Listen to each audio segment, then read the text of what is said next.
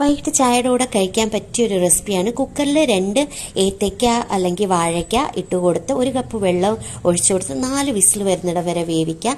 ചീൻചട്ടിയിൽ 1 ഉള്ളി അരിഞ്ഞിട്, നിങ്ങളുടെ എരിവിന് ആവശ്യത്തിന് ഉണക്കമുളക്, 1 ടേബിൾ സ്പൂണ് പെരുംജീരകം, 5 അല്ലി വെളുത്തുള്ളി, 1 കഷ്ണം ഇഞ്ചി, കുറച്ച് കറിവേപ്പില, 1 ടീസ്പൂൺ കുരുമുളക്, കുറച്ച് തേങ്ങാ കഷ്ണങ്ങൾ, 3 ടേബിൾ സ്പൂണ് പൊട്ടുകടല. ഇത്രയും കൂടെ ഒന്ന് വഴറ്റിയെടുക്കാം. നമ്മുടെ വാഴയ്ക്ക തൊലി കളഞ്ഞ് നമുക്കിതൊന്ന് ഉടച്ചെടുക്കാം. മസാല തരിതരിപ്പായിട്ടൊന്ന് മിക്സിയിലിട്ട് അരച്ചെടുക്കണം.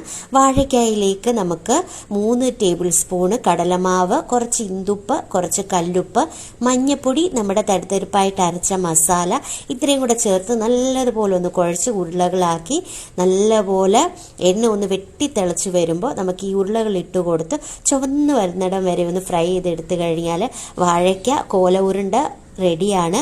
മട്ടൻ വെച്ചിട്ടും മിക്സഡ് വെജിറ്റബിൾസ് വെച്ചിട്ടും നിങ്ങൾക്ക് ഇതേ റെസിപ്പി ഉണ്ടാക്കാവുന്നതാണ്. അങ്ങനെ എല്ലാ ഉരുളകളും റെഡിയാക്കി എടുക്കുക.